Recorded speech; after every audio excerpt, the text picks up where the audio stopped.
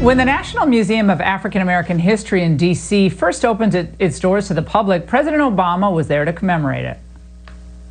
Perhaps they can help a white visitor understand the pain and anger of demonstrators in places like Ferguson. But it can also help black visitors appreciate the fact that not only is this younger generation carrying on traditions of the past, but within the white communities across the nation, we see the sincerity of law enforcement officers and officials. Imagine a Democrat saying that today. He or she would be thrown out of the party for that level of nuance.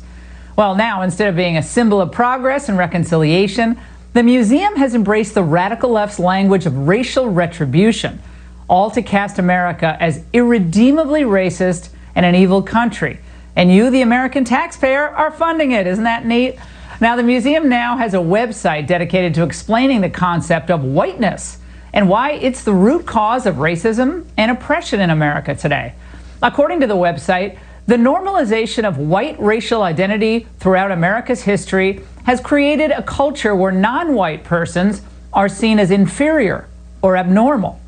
And when they say whiteness, they don't just mean skin color, but also people who value things like individualism, a stable nuclear family, the scientific method, rational linear thinking, hard work, Christianity, and being polite. Of course, these are all values that most Americans, especially African Americans, see as necessary for success and happiness. So why in the heck is the African American History Museum telling them otherwise? Here to debate it, Horace Cooper, Project 21 co-chair, author of How Trump is Making Black America Great Again. Also with me is Scotty Smart, activist and founder of the Smart Foundation.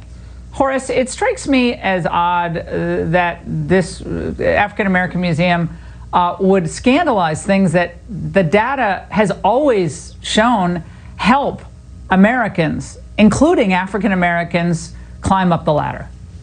So you have a $500 million, that's a $500 million structure or edifice that apparently thinks its purpose is to offer advice to cripple Black America, to say to Black America the very tools that Black Americans, like white Americans, have used to succeed and become prosperous: hard work, tenacity, faith, the types of success skills that work, to call those somehow a racial category would make David Duke proud. This is really, really sad if that's the direction this museum is trying to go. Now, Scotty, the following is from the African American History Museum's online lesson on whiteness. It says, whiteness operates in covert and overt ways that affect all of us. It can appear as practices within an institution or accepted social norms.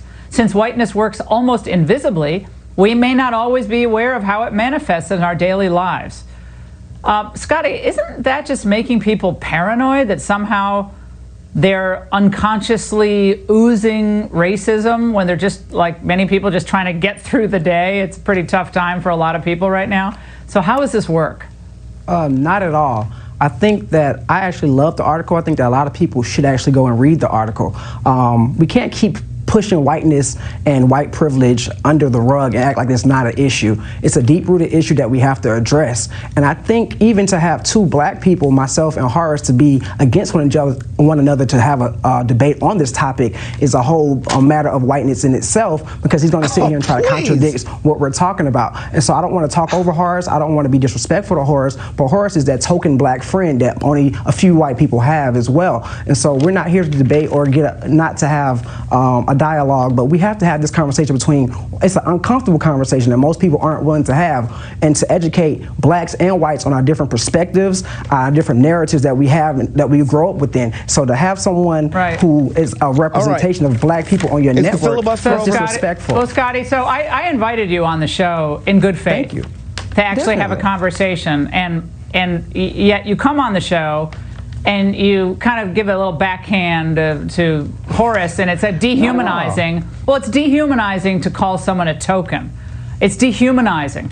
And that's language that whether you're white, black, brown skinned, whatever you are, that's a dehumanizing word. He's a human being with thoughts. Maybe he disagrees with you. That's okay. I don't care that you would disagree with him.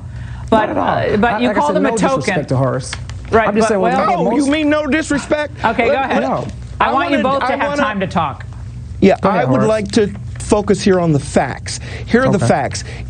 One of my museums that I enjoy the most is the Smithsonian Museum of American History. It is not a place where you go and you learn all about how evil America is, all about the struggle that became America. What you learn about are all of the great things that are in America. But if you want some context, if you're going to have this museum, where is the part about slavery? Because today on planet Earth, in Africa, dominated by black people, that is the ground zero of where slavery is. And if you had a history museum about it, it would show the role that those countries and that continent played in getting it started in the rest of history. That's a fact, and it has nothing to do with tokenism.